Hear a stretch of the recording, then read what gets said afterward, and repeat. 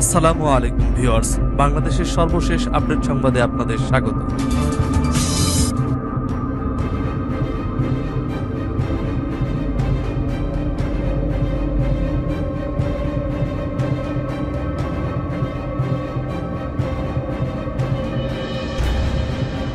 জানিয়ে দেব আমাদের হাতে থাকা সর্বশেষ গুরুত্বপূর্ণ আপডেট। বাংলা সংবাদ, পলক সহ ইন্টারনেট বন্ধের সঙ্গে জড়িতদের বিচার হবে বলছে নাহিদ।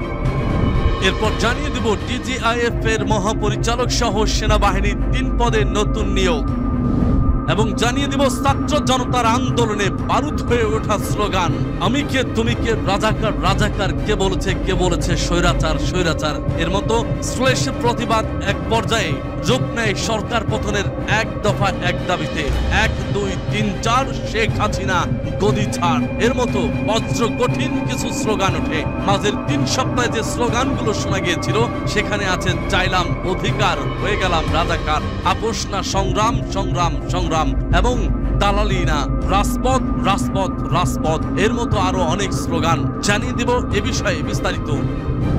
এরপর জানিয়ে দিব ধর্মীয় উপাসনালয়ে হামলায় জড়িতদের আইনের আওতায় আনা হবে এবং প্রত্যেককে ধরে ধরে উপযুক্ত শাস্তির মুখোমুখি করা হবে বলছে ধর্ম উপদেষ্টা।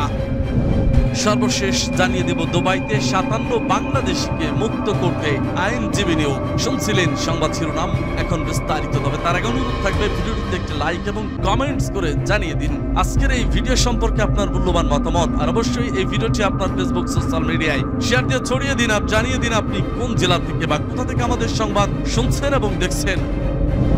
পলক সহ ইন্টারনেট বন্ধের সঙ্গে জড়িতদের বিচার হবে বলছে নাহিদ। প্রথমবারের মতো আইসিটি বিভাগের শীর্ষ কর্মকর্তাদের সঙ্গে বৈঠক করেছেন অন্তর্বর্তীকালীন সরকারের ডাক, টেলিযোগাযোগ ও তথ্য প্রযুক্তি উপদেষ্টা মোহাম্মদ নাহিদ ইসলাম।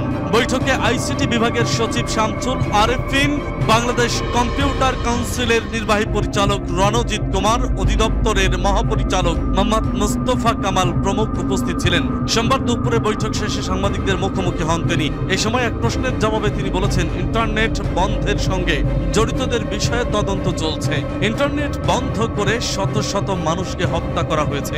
অবশ্যই যারা এই প্রক্রিয়ার সঙ্গে জড়িত তাদের বিচারের আওতায় আনা হবে। এক্ষেত্রে সাবেক প্রতিমন্ত্রী জোনায়েদ আহমেদ পলক সহ জড়িত সবার বিরুদ্ধে আইনি পদক্ষেপ নেওয়া হবে। নাগরিক অধিকার ক্ষুণ্ণের দায়ে তাদের বিচার করা হবে। নাহিদ বলেন যদি পুনরায় বিস্তারিত তদন্ত করতে হয় সেটি করা হবে। এক্ষেত্রে সরকার, মন্ত্রী বা অন্য কোনো সংস্থার লোক যুক্ত হয় তাদের অবশ্যই বিচার করা হবে। এটি মানুষের মানবাধিকারের বিষয়ে অবাধ তথ্য প্রবাহ ও ইন্টারনেট নিশ্চিত করা। যারা বন্ধ করে দিয়েছে তারা মানবাধিকার লঙ্ঘন করেছে এবং বন্ধ করে শত শত মানুষকে হত্যা করা হয়েছে। অবশ্যই এই প্রক্রিয়ায় যারা জড়িত তাদের বিচার করা হবে। তিনি আরো বলেন ইন্টারনেট ব্ল্যাকআউটের ঘটনায় প্রাথমিক তদন্ত প্রতিবেদন আজকে পাওয়া যাবে। এরপর যদি পুনরায় তদন্ত প্রয়োজন হয় তাহলে সেটিও আমরা করব। এই প্রক্রিয়ার সরকারের লোক, মন্ত্রী বা অন্য যে কোনো সংস্থার লোক জড়িত থাকলে তাদের শাস্তির ব্যবস্থা করা হবে। তথ্য প্রবাহের অবাধ ব্যবহার এবং ইন্টারনেট ব্যবহার করার নিশ্চয়তা মানুষের মানবাধিকারের বিষয়। তারা এটি বন্ধ করে মানবাধিকার লঙ্ঘন করেছেন।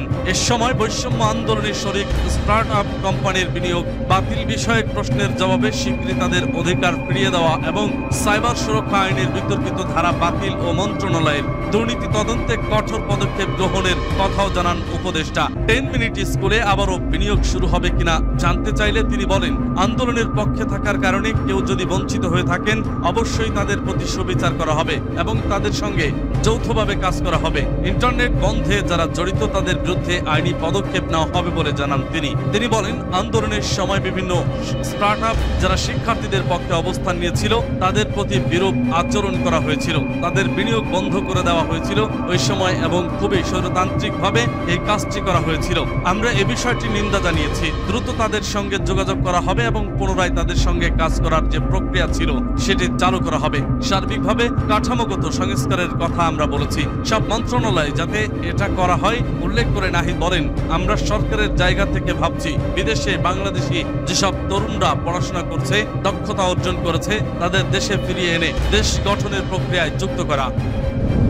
ডিজিএফআই এর মহাপরিচালক সহ সেনাবাহিনীর ৩ পদে নতুন নিয়োগ। বাংলাদেশ সেনাবাহিনীর উচ্চ পর্যায়ে ৩টি গুরুত্বপূর্ণ পদে নতুন করে নিয়োগ দেওয়া হয়েছে। সোমবার আন্তঃবাহিনীর জনসংযোগ পরিদপ্তরের এ তথ্য জানিয়েছেন।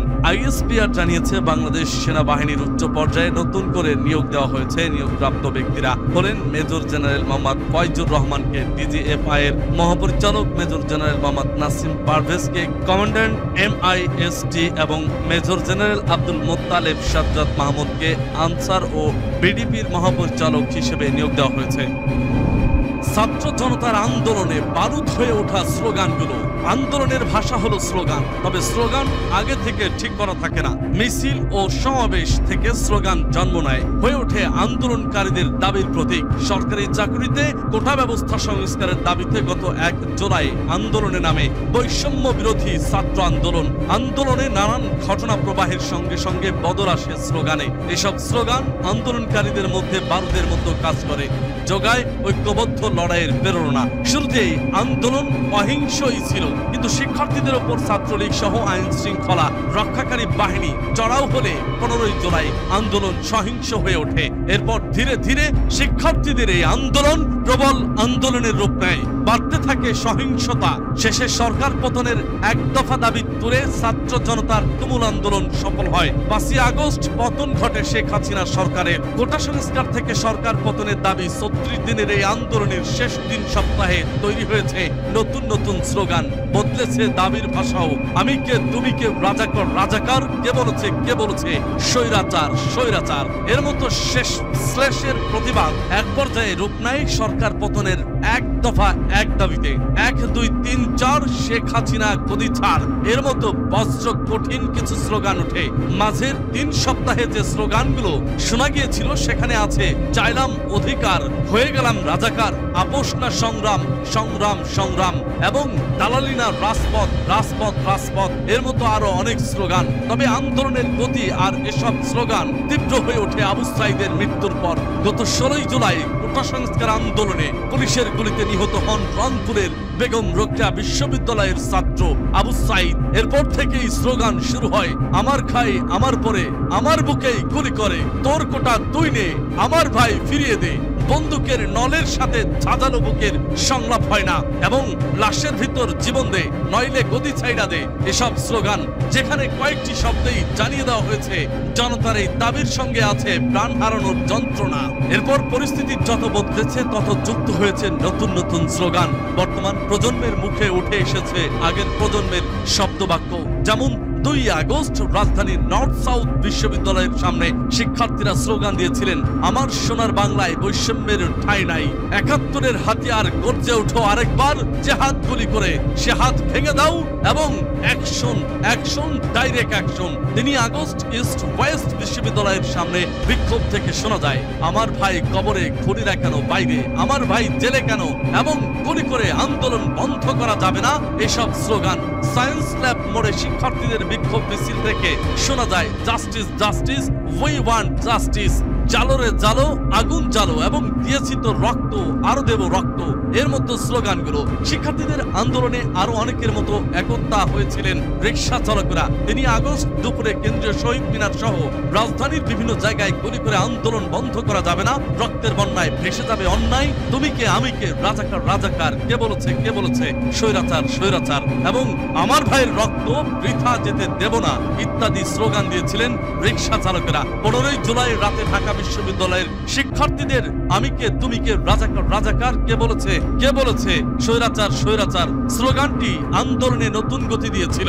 তবে সবচেয়ে বেশি সাড়া ফেরে বুকের ভেতর অনেক ঝড়, বুক পেতেছি গুলিকর স্লোগানটি। আর এসব স্লোগানের সঙ্গে সমান গতিতে লং মার্চ করেছে শব্দে লেখা স্লোগানগুলো। মানুষের হাতে হাতে ছিল সেসব মিছিলে প্লাকার্ড, পোস্টার, ব্যানারে মানুষ লিখে নিয়ে এসেছিল কবিতার পঙ্গক্তি। সেখানে ছিল জহির রায়হান থেকে শুরু করে হেলাল হাফিজের লেখা কবিতা, উঠে এসেছিল কার্টুনে কার্টুনে ব্যঙ্গচিত্র। তবে স্লোগানের বিপরীতেও স্লোগান থাকে প্রতিবাদের প্রতিবাদ। যেমন 17ই জুলাই আন্দোলনকারীদের ঔদ্ধত্যপূর্ণ উস্কানিমূলক ধর্মীয় উপাসনালয়ে হামলায় জড়িতদের আইনের আওতায় আনা হবে বলছে ধর্ম উপদেষ্টা। অন্তর্বর্তী সরকারের ধর্ম উপদেষ্টা আফামা খালিদ হোসেন বলেছেন, ধর্মীয় সংখ্যালঘুদের উপাসনালয়ে যারা হামলা করেছে তারা মূলত দুর্বৃত্ত। এসব দুর্বৃত্তকে আইনের আওতায় এনে শাস্তি নিশ্চিতের সর্বোচ্চ চেষ্টা করা হবে। আজ সোমবার সচিবালয়ে এক সংবাদ বিবৃতিতে ধর্ম উপদেষ্টা এসব কথা বলেন। তিনি বলেন, সংখ্যালঘুদের বাড়িঘর ধর্মীয় উপাসনালয়ে আক্রমণ হয়েছে এমন কিছু অভিযোগ তাদের কাছে এসেছে। তারা এর তীব্র নিন্দা জানান। ধর্ম মন্ত্রণালয় আগেও ধর্মীয় সংখ্যালঘুদের পাশে ছিল, এখনো আছে, ভবিষ্যতেও থাকবে। খালিদ হোসেন আরো বলেন, জেলা প্রশাসকদের মাধ্যমে উপাসনালয়ে অন্যান্য ক্ষতির তালিকা সংগ্রহ করা হচ্ছে। এ বিষয়ে আজই জেলা প্রশাসকদের চিঠি দেওয়া হবে। এ বিষয়ে অর্থ মন্ত্রণালয়ের সঙ্গে যোগাযোগ রেখে ক্ষতিগ্রস্তদের কি পরিমাণ সহায়তা করা যায় সেটা আগামীকাল মঙ্গলবার ঠিক করা হবে। ধর্ম উপদেষ্টা বলেন, আগামীকাল বিকেল ধর্মীয় সংখ্যালঘু নেতাদের সঙ্গে বৈঠক করবেন প্রধান উপদেষ্টা। এছাড়া ধর্ম মন্ত্রণালয় আজকের মধ্যে একটি হটলাইন চালু করার চেষ্টা করেছে। এই নম্বরে ধর্মীয় সংখ্যালঘুদের উপর হামলার তথ্য জানানো হলে স্বরাষ্ট্র মন্ত্রণালয়ের মাধ্যমে ব্যবস্থা নেওয়া হবে। দুবাইতে 57 বাংলাদেশিকে মুক্ত করতে আইনজীবী নিয়োগ। বাংলাদেশে বৈষম্য বিরোধী আন্দোলনের সময় সংগঠিত হত্যার প্রতিবাদে দুবাইতে বিক্ষোভ করায় সংযুক্ত আরব আমিরাতে বিভিন্ন মেয়াদে 57 জন বাংলাদেশি শ্রমিককে কারাদণ্ড দেওয়া হয়। তাদের মুক্তির জন্য আইনজীবী ওলোরা আফরিনকে নিয়োগ দিয়েছে সরকার। সোমবার মিশন চিফ মোহাম্মদ মিজানুর রহমান স্বাক্ষরিত এক নোটিশের মাধ্যমে এই তথ্য জানানো যায়। এ বিষয়ে আইনজীবী ওলোরা আফরিনকে সাহায্য করবে সংযুক্ত আরব আমিরাত এম্বাসি। এর আগে ফাউন্ডেশন ফর ল অ্যান্ড ডেভেলপমেন্টের পক্ষ থেকে জানানো হয়, কারাদণ্ডপ্রাপ্ত 57 জন বাংলাদেশি শ্রমিককে আইনি সহায়তা দিচ্ছে তারা। ফ্লাডের আইন ও গবেষণা বিভাগের পরিচালক ব্যারিস্টার কাজী মারুফুল আলম জানান, এই শ্রমিকদের জন্য আইনি সহায়তা প্রদানের সময় আমরা জানতে পারি যে এসব শ্রমিকের কেউই ওই দেশের আইন সম্পর্কে অবহিত ছিলেন না। দেশপ্রেমিক এইসব শ্রমিককে মুক্ত করার জন্য foundation for law and development ফ্লাডের পক্ষ থেকে সংযুক্ত আরব আমিরাতে কনসালটেন্ট হিসেবে কর্মরত অ্যাডভোকেট জাকিয়া আক্তারের সঙ্গে যোগাযোগ করা হয়। তিনি ফ্লাডের সঙ্গে সংযুক্ত হয়ে বাংলাদেশি শ্রমিকদের ছাড়িয়ে আনার বিষয়ে বাংলাদেশ দূতাবাসে যোগাযোগ করেন। এরই মধ্যে সংযুক্ত আরব আমিরাতের 2টি ল ফার্মের সঙ্গেও তার মাধ্যমে যোগাযোগ করা হয়েছে। এছাড়া ফ্লাডের পক্ষ থেকে solidarity centre, amnesty international, Geneva human rights কমিশনের কাছে সহায়তার জন্য চিঠি পাঠানো হয়েছে। এ বিষয়ে ফাউজিয়া করিম অ্যান্ড অ্যাসোসিয়েট ও ফ্লাডকে যাবতীয় আইনি সহযোগিতা প্রদান করার নিশ্চয়তা দিয়েছে। এসব শ্রমিকদের মাত্র 48 ঘন্টার মধ্যে ট্রায়াল করে সাজা প্রদান করা হয়েছে এবং তাদের সহায়তায় তখন বাংলাদেশ দূতাবাস কোনো ভূমিকা রাখেনি। দেশের চলমান রাজনৈতিক অস্থিরতার কারণে বর্তমানে ওইসব শ্রমিকদের সহায়তার জন্য অ্যাডভোকেট জাকিয়া আক্তার বাংলাদেশ দূতাবাসের কাছে শ্রমিকদের বিরুদ্ধে করা মামলা নম্বর জানতে চাইলে তারা জানান যে তারা অগ্রাধিকারের ভিত্তিতে এ বিষয়ে কাজ করছেন, কিন্তু শ্রমিকদের মুক্তির ব্যাপারে কোনো দৃশ্যমান ফল এখনো চোখে পড়েনি। তাই এ বিষয়ে মানবাধিকার সংগঠন ফ্লাড বর্তমান সরকারের সংশ্লিষ্ট বিভাগের দৃষ্টি আকর্ষণ করছে। ফ্লাডের বিবৃতিতে বলা হয়, Foundation for law and Development এর পক্ষ থেকে আমরা এই বন্দীদের সর্বোত্তম আইনি সহায়তা প্রদানের জন্য প্রতিশ্রুতিবদ্ধ। আপনি যদি পরিবারের সদস্য হন বা তাদের সঙ্গে সম্পর্কিত কাউকে চেনেন, তবে